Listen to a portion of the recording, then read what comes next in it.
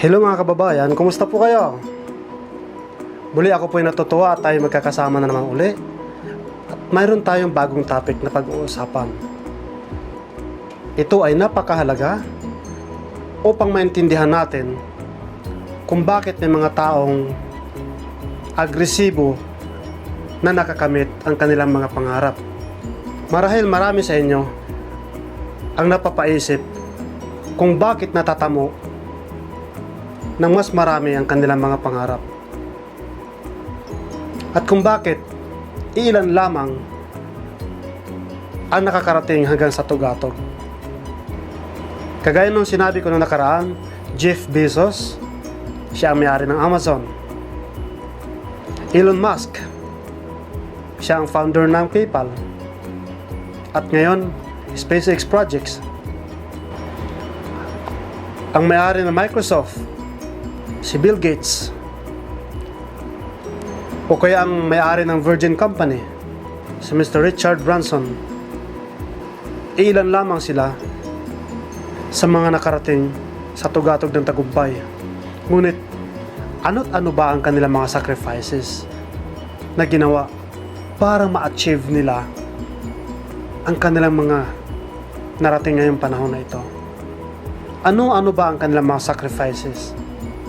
Sa topic natin ngayon, ay magbibigay ako sa inyo ng 9 na sacrifices na ina-apply ng mga successful na tao para ma-achieve nila ang kanilang tugatog na tagumpay.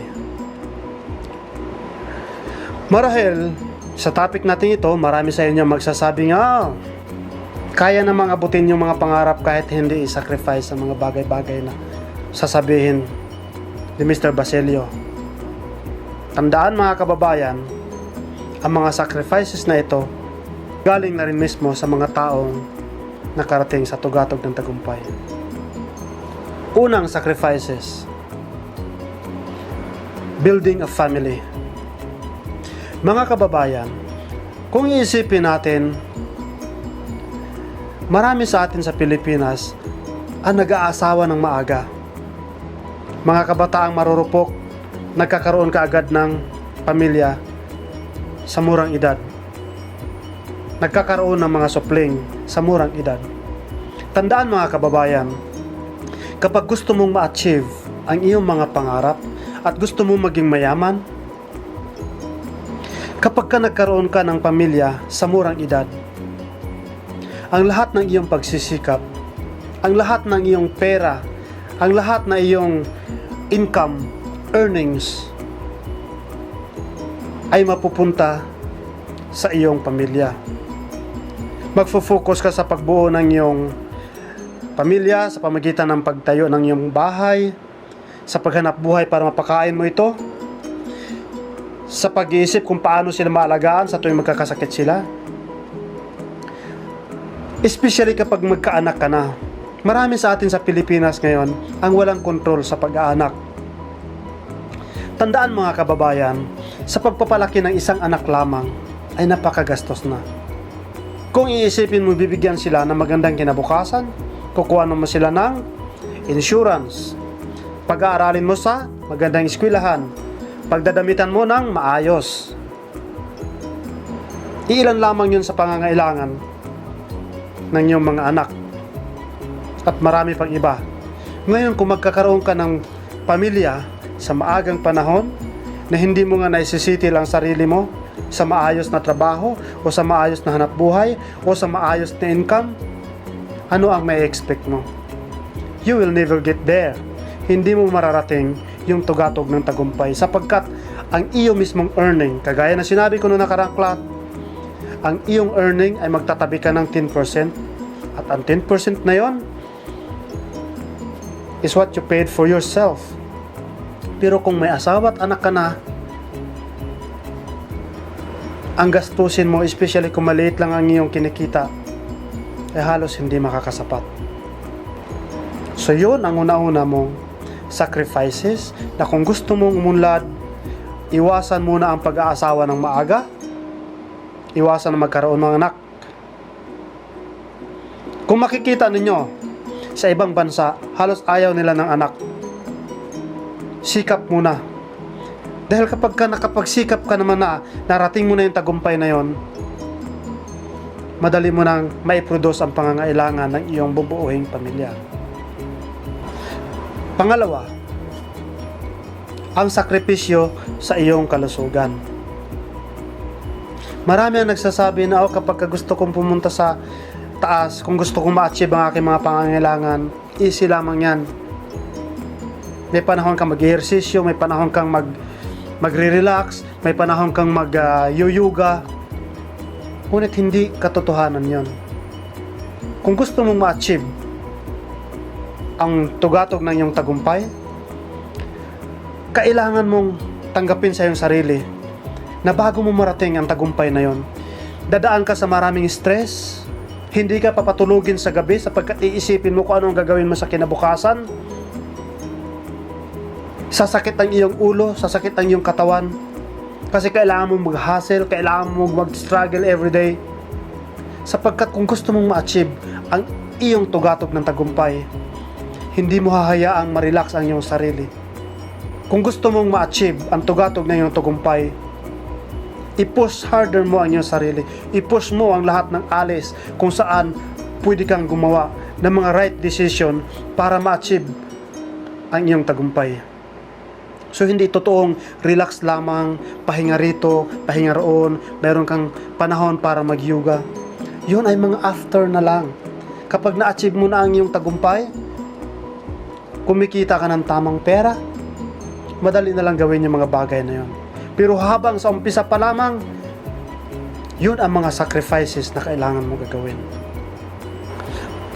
Pangatlo, friends. Mga kaibigan, marami sa atin sa Pilipinas tinatawag na pakisama. Pare, halika rito. Naku, wala kang pakisama, hindi ka muna dumaan sa amin. Pare, bagong sahod ka naman, pakisama naman dyan.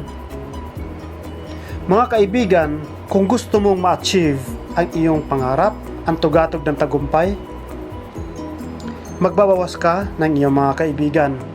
Mamimili ka ng iyong mga kaibigan. Hindi lahat ng tumatawag sa iyo ng pakisama ay kaibigan.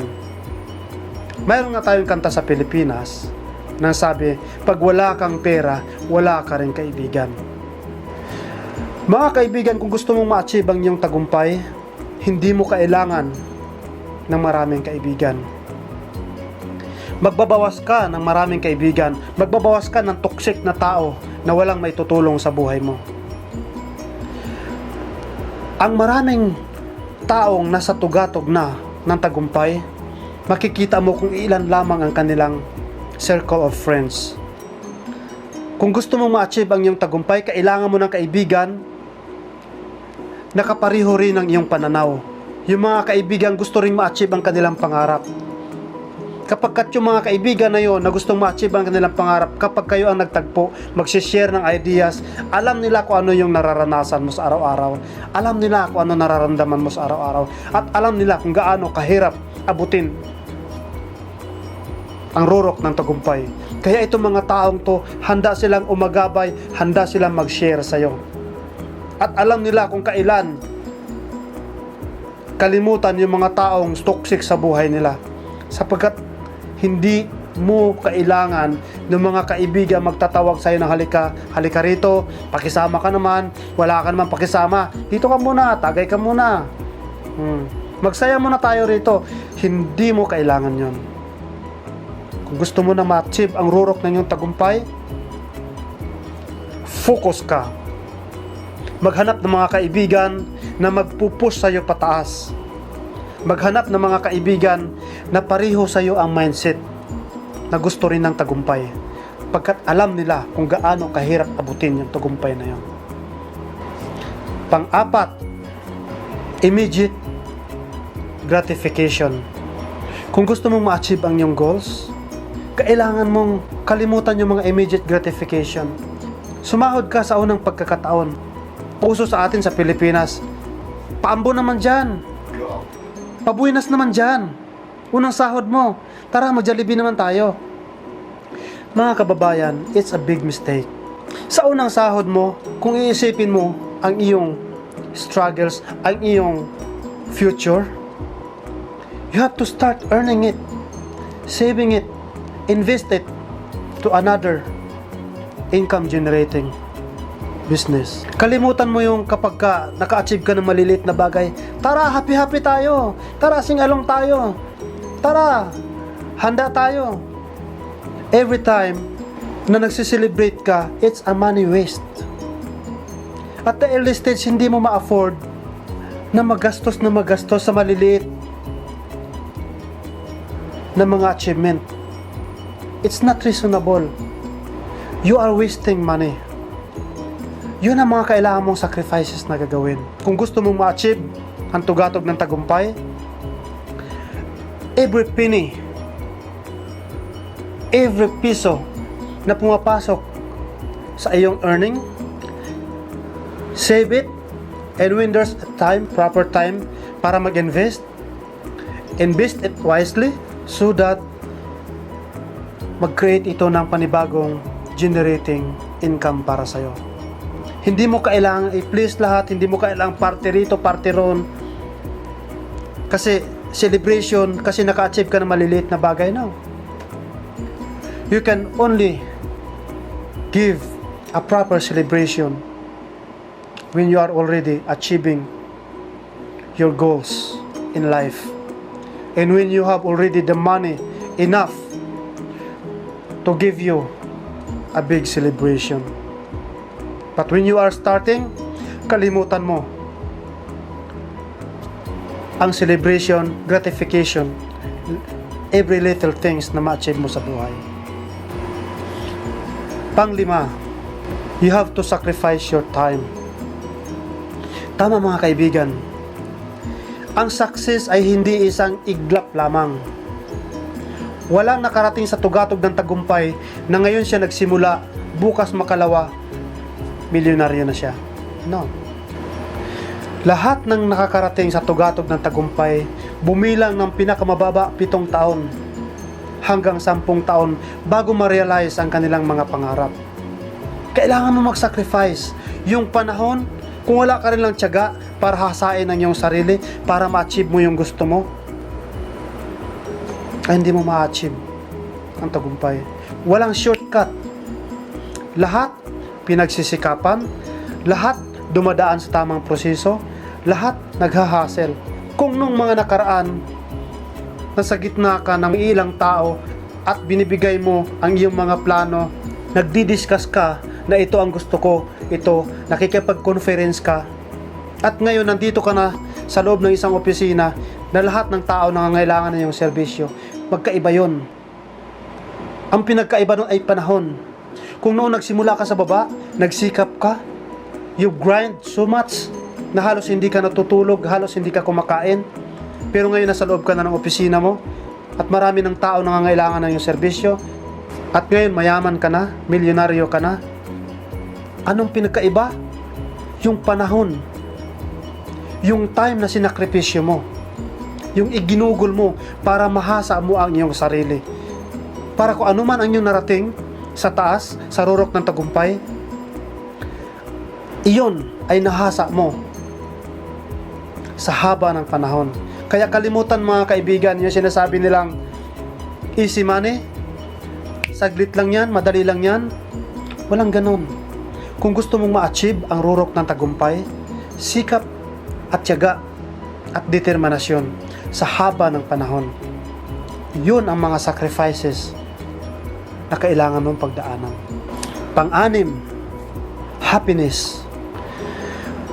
Maraming mako-confuse dito sa sasabihin kong to, sapagkat sinasabi nga ng iba, if you want to get successful, you have to do what is your happiness, what you love most. Hindi yun mga kaibigan ang ibig kong sabihin. Kung gusto mong ma-achieve ang iyong tugatog ng tagumpay, babawasan mo ang tinatawag na happiness. Yung kagaya sa mga pamilya na birthday rito, birthday doon, halika rito, dito tayo, picnic tayo ron. Those are part of those happiness na kailangan mong bawasan. Alam mo kung bakit? Pag narating mo ang rurok ng iyong tagumpay sa mga sakripisyong ginawa mong yun, kung halimbawa magtatayo ka na ng sarili mong pamilya, kailan ka magsisikap? Kailan ka hahataw?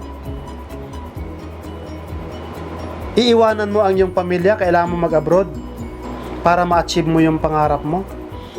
Iiwanan mo yung pamilya mo, yung mga anak mo sa araw-araw kasi kailangan mong kumayod. O ganito, kalimutan mo muna yung mga happiness na yon, bawasan mo muna ang mga happiness na yon, at pag na-achieve mo na yung goal mo, pag dumating na yung panahon na nasa rurok ka na ng tagumpay, bumuo ka ng pamilya, may pera nang pumapasok sa'yo, at hindi mo na kailangang ubusin ang panahon mo para magkaroon ka ng sarili mong financial freedom. Yung time na na-achieve mo na yung goal mo na yon, you can spend quality time with your family and children. Pag tumawag yung mama at papa mo, halika muna dito, namimiss ka na namin, but you already achieved your goal, it's very easy. You can spend quality time with your family. Makakatawa ka, makakangiti ka nang wala kang iisiping, bukas ano kayong kakainin ko. Kasama mo ang iyong asawa at mga anak, tara punta tayo ng Boracay, bakasyon tayo. Then the love will blossom. Why? Kasi when you are building a family, if you want to have a good and loving family, you have to spend quality time with your wife and your children. So paano mo ma-achieve yun? Bawasan mo ang paghahanap ng sobrang happiness ngayon. Kailangan mo magsikap para pagdating ng panahon, yung 100% happiness ay maibibigay mo sa iyong pamilya. Pang-pito, you have to sacrifice your pride. Sakripisyo mo ang iyong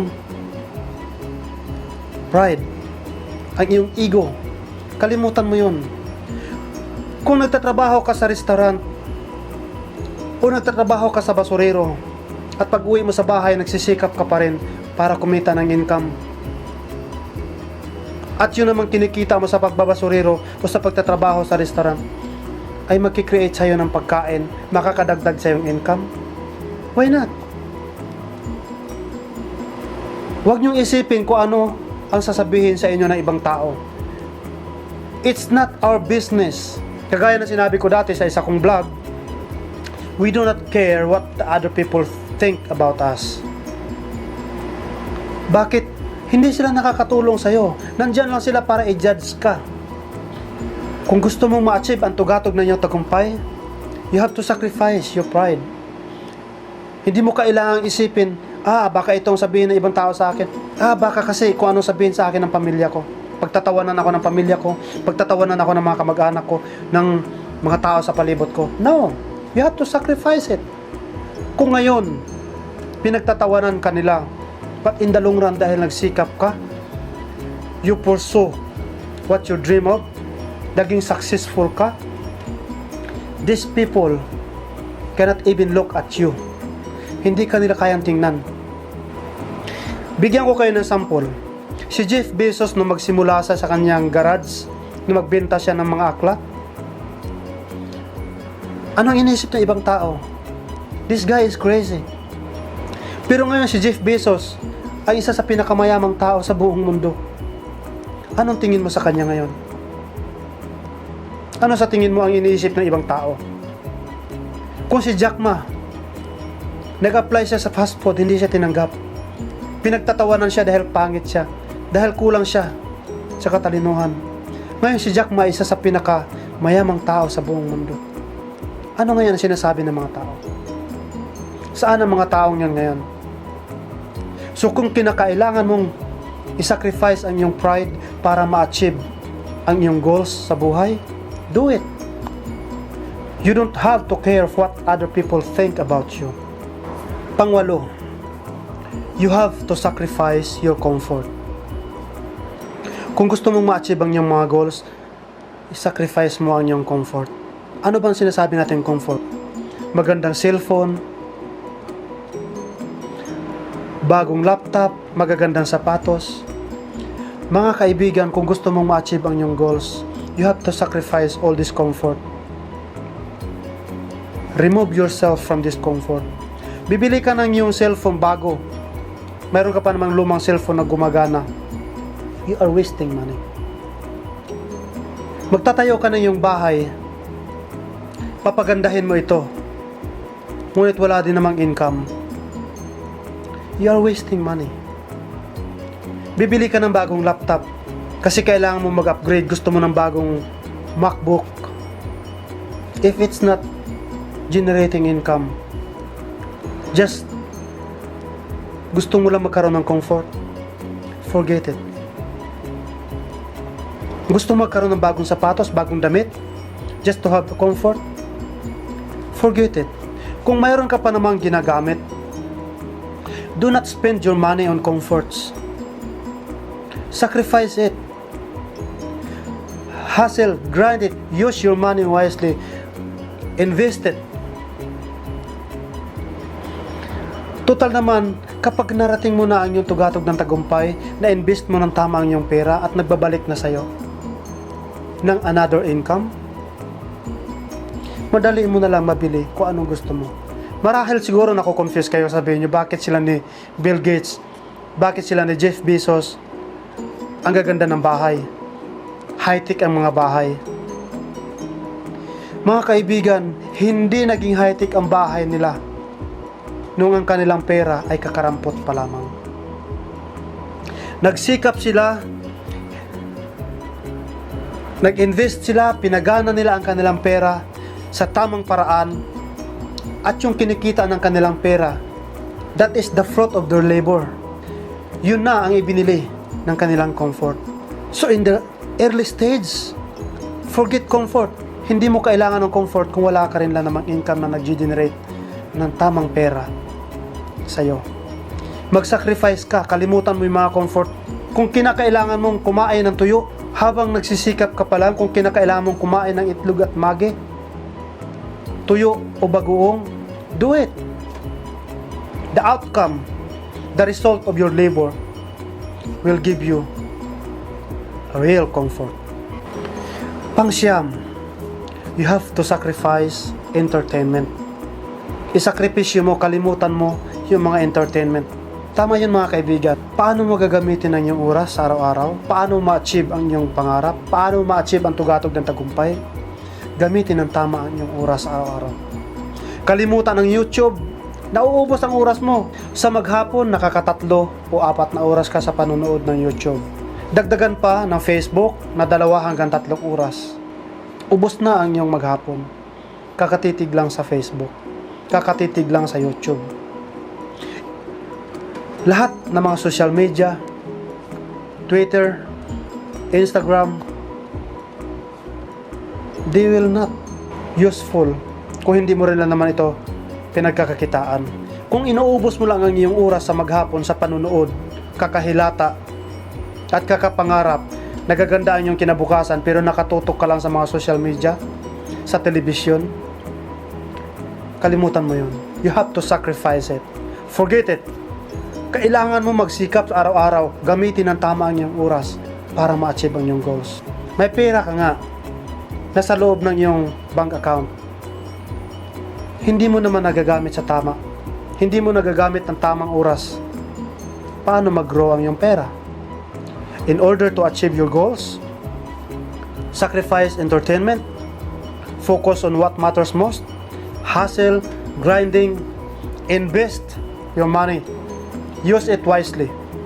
Use wisely your time. So mga kaibigan, sana mabago natin ang ating mga pamamaraan. Sana maintindihan natin kung bakit kailangan natin magsakripisyo. Kung bakit kailangan natin ng bigyan ng tamang sakripisyo ang ating kasalukuyang kinalalagyan. Ang ating kasalukuyang buhay. Bigyan natin ng sakripisyo kung gusto nating ma-achieve ang tugatog ng tagumpay. Walang nakakarating sa taas kung hindi dumating sa kanilang buhay ang mga hirap, ang mga sakripisyo. Lahat ng mga mayayamang tao na nasa tugatog, nagsimula sila sa baba at nagsakripisyo. At halos hindi natutulog, halos hindi kumakain, halos hindi umaattend sa bawat celebration ng pamilya. kasi nagsikap sila. Ngunit nung marating na nila ang tagumpay, ano ang kanilang mga ginagawa ngayon? They are philanthropists. Nagbibigay sila ng pera sa lahat ng charities sa buong mundo. At hindi isang pamilya lang ang nakikinabang. Hindi ang kanilang pamilya lang ang nakikinabang. Kundi nakikinabang ang lahat ng naaambunan, lahat ng mahihirap, lahat ng nangangailangan. Sapagkat nagsikap sila. Hindi lang sariling pamilya nila ang sumaya nung ma-achieve nila ang kanilang mga tagumpay, kundi nakabahagi rin sila sa pamayanan sa buong mundo. So sana magsilbing aral sa atin at sana maunawaan natin ang mga sakripisyo ay kailangan upang ma-achieve natin ang ating mga tagumpay na ninanais. So sana mga kababayan, muli ay nagkaroon na naman tayo ng mga bagong insight sa ating bagong content. Maraming salamat po sa patuloy ninyong pagsusubaybay. Ako po'y natutuwa sapagkat sa araw-araw na aking mga pinopost, nandyan kayo para manood at nakaantabay. Maraming salamat po.